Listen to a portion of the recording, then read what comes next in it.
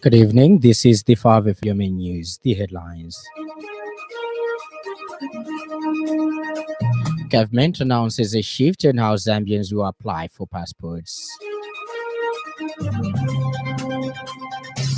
The Ministry of Education reaffirms its commitment to supporting teachers across Zambia.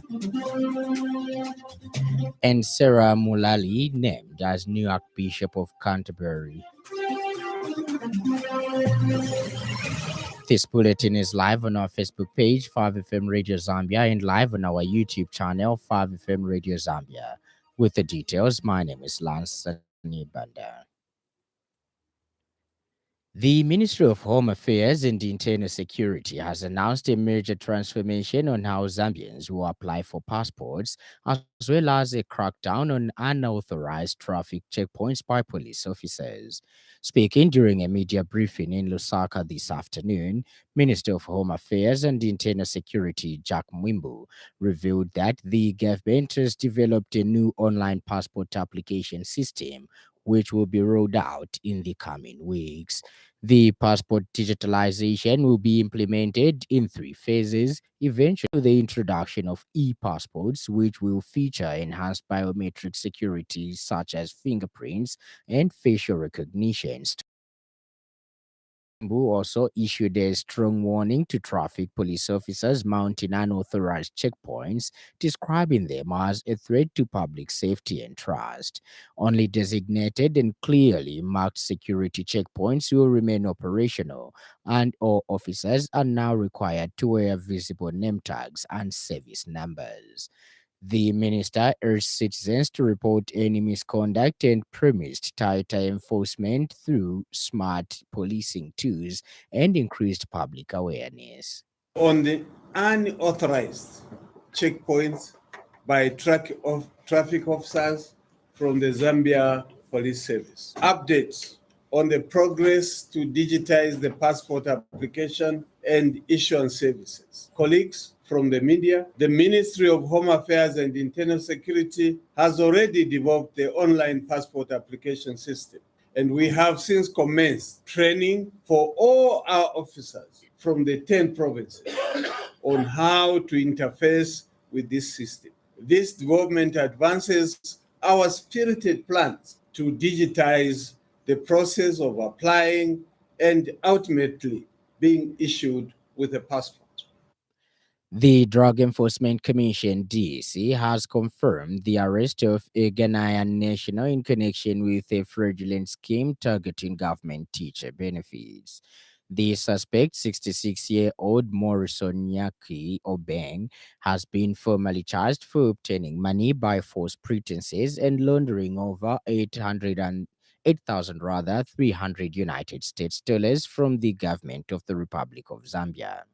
According to DEC Public Relations Officer Alan Tamba, Mr. Obeng posed as a former expatriate teacher working at a named school in Lusaka in order to claim benefits he was not entitled to. Investigations revealed that he was never employed in that capacity. The fraud was uncovered during a verification exercise aimed at identifying legitimate beneficiaries of outstanding payments to former expatriate teachers. The Commission has warned individuals and syndicates against attempting to exploit government systems for personal gain, stressing that the long arm of the law will catch up with all offenders. Mr. Obeng is expected to appear in court soon. Meanwhile, DEC says it remains committed to protecting public funds and maintaining accountability in all government transactions. The Ministry of Education has reaffirmed its commitment to supporting teachers across Zambia as the country joins the rest of the world in commemorating World Teachers' Day. Speaking during the celebrations held in Lusaka today, Minister of Education Douglas Yagalima paid tribute to Zambia's educators for their dedication and resilience. This year's global theme is empowering educators, strengthening resilience, building sustainability. Mr. Siagalima said empowering teachers begins with recognizing their critical role in nation building and providing the tools and training they need to thrive. He noted that the UPND government's free education policy introduced in 2021 has opened doors for thousands of learners while increasing the need to invest in educators. Since 2021, over 41,000 teachers have been recruited to address shortages and strengthen the education system. The minister added that continuous professional development remains a key priority, allowing teachers to adapt to the evolving demands of modern classrooms. As part of the celebrations, the minister announced that the teachers' 10-kilometer 5 kilometers walk and aerobics event will be held this Sunday, October 5th, right at the showgrounds. The event, organized by Tesaza and Tour Sport Entertainment Limited, is aimed at promoting wellness among teachers. Permanent Secretary for Administration at the Ministry of Local Government and Rural Development has announced the disbursement of over 3 billion kwacha to 156 constituencies across Zambia through the Constituency Development Fund CDF since January 2025 to date. The latest disbursement of 602 million kwacha translates to each constituency receiving an average of 4 million kwacha. Dr. Gabriel Paulin pointed out that the CDF is a critical component of the government's decentralization policy, aimed at empowering local communities to identify, plan, and implement development projects that are specific to their needs. The fund is used to finance essential infrastructure, support economic growth, and enhance service delivery in areas such as education, health, and road construction. Dr. Paulin added that CDF promotes decentralized development and community empowerment by funding local projects, and he further emphasized the importance of this initiative in enhancing the role of local authorities in Zambia's development. As you might be aware, the Ministry of Local Government and Rural Development aims to promote decentralized governance, facilitate rural development, and oversee the delivery of quality services through all the 116 local authorities across the country. The ministry is also responsible for developing policies and implementing programs related to infrastructure development, social services, and promote economic growth, as well as enhance the well-being of citizens, including empowerment of local communities. Ladies and gentlemen, you will appreciate that one of the critical mandates, therefore, of the ministry is implementation of the Constituency Development Fund, fondly referred to as CDF. The importance of CDF lies in its role of promoting decentralized development and community empowerment by funding local projects identified and implemented by communities themselves. And in other news trending this evening,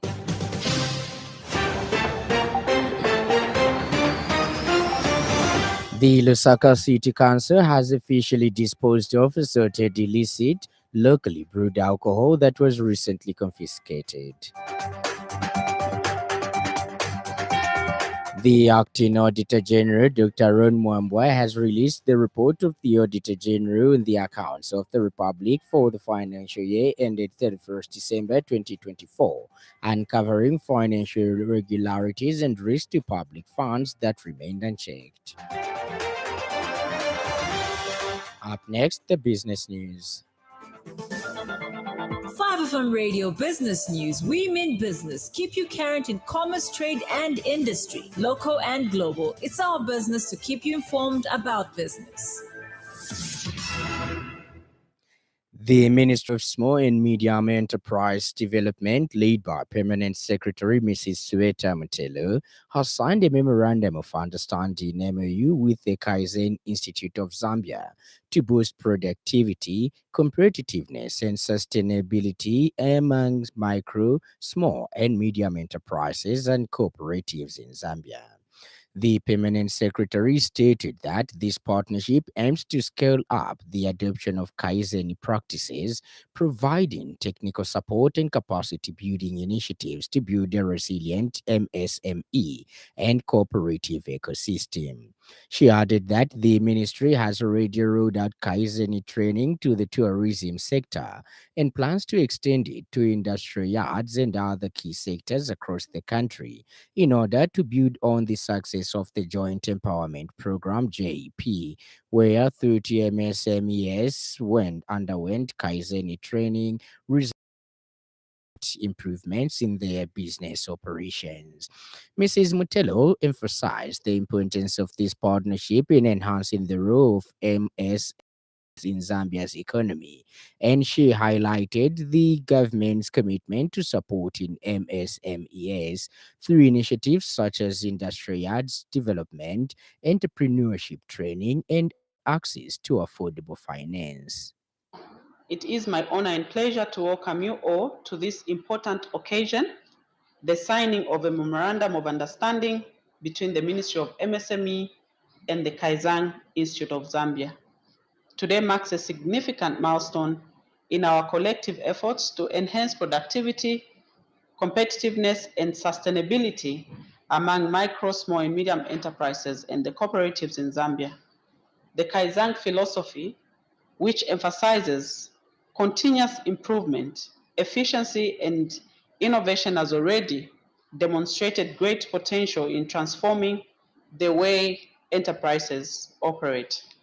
For instance, under the recently concluded JICA Joint Empowerment Program, 30 MSMEs underwent Kaizen training, resulting in significant improvements in business operations. Through this MOU, the Ministry and the Kaizen Institute of Zambia are laying the foundation for structured develop the adoption of Kaizen practices.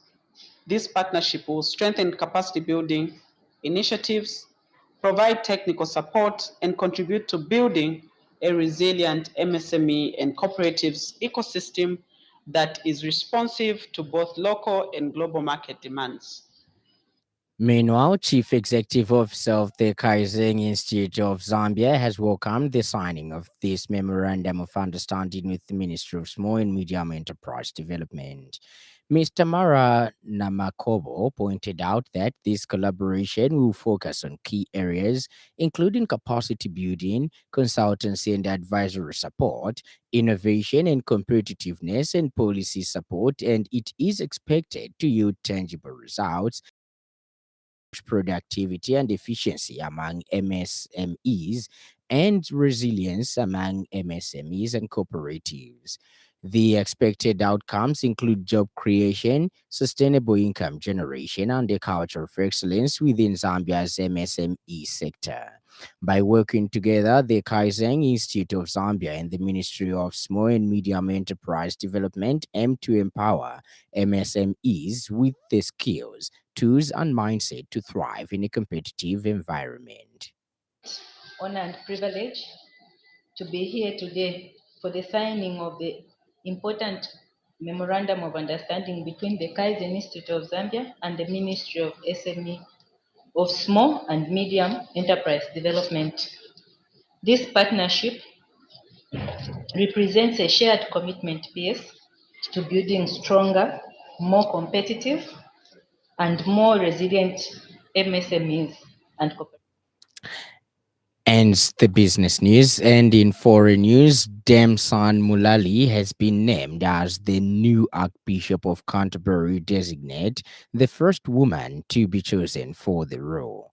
A former NHS chief nurse, the 63-year-old became a priest in 2006 and was appointed as the first female bishop of London in 2018, with the third most senior member of clergy in the Church of England. It is the first time in nearly 500 years of history that the church nominated a woman to lead it. She used her first public statement on Friday to condemn the horrific violence of Thursday's deadly attack on a synagogue in Manchester, saying hatred and racism cannot tear us apart. And in sports news, Betway has unveiled Betway Rewards, a new loyalty program designated to set a fresh standard in customer engagement within the betting industry. The initiative is the company's latest customer centric innovation, standing out from competitor loyalty schemes through its simplicity and the control it gives to everyday betting fans. The program operates on a points based system in which every bet placed, whether on sports or casino, adds to a customer's loyalty points tally, and uniquely, the number of points earned is directly equal to the cash value upon withdrawal. Speaking at the official launch, Betway Zambia country manager Gordon Ngandu said the program underscores the company's commitment to rewarding its customers. Mr. Ngandu said Betway Rewards has no hidden terms. It is easy to understand and gives customers more value every time they place a bet, drastically improving the betting experience, offering more chances to play and more opportunities to win. As a global leader in sports betting, Betway continues to innovate and introduce exciting features that enhance the betting experience for its customers worldwide. So we are constantly innovating at Betway. We've brought in this market a product called Bet Influencer. We've got one of actually the best win boost you can ever think of in this market. We have a whole lot of other promotions and product features that are customer centered. So the reason we are here is because we're introducing what I think this is the most amazing rewards program in this market. It's first of its kind. So this loyalty program, the reason why it stands out is how easy it is. We've given the customer the flexibility.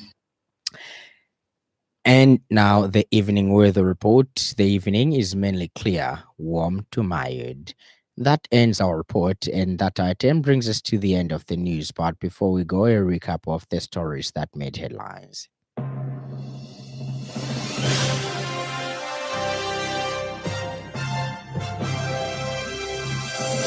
The Ministry of Home Affairs and Internal Security has announced a major transformation in how Zambians will apply for passports, as well as a crackdown on unauthorized traffic checkpoints by police officers.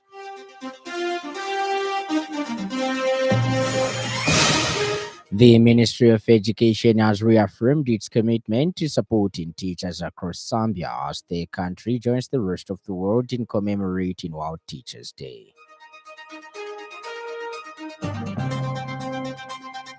And finally, Dame Sarah Mulali has been named as the new Archbishop of Canterbury designate, the first woman to be chosen for the role.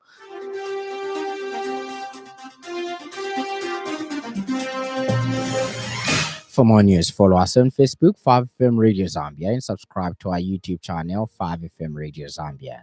On behalf of the entire news crew and the technical department, thank you for listening to the happy world of 5FM. Stay safe and stay tuned to 5FM Radio. My name is Lance Sannie Banda. Enjoy the rest of the evening.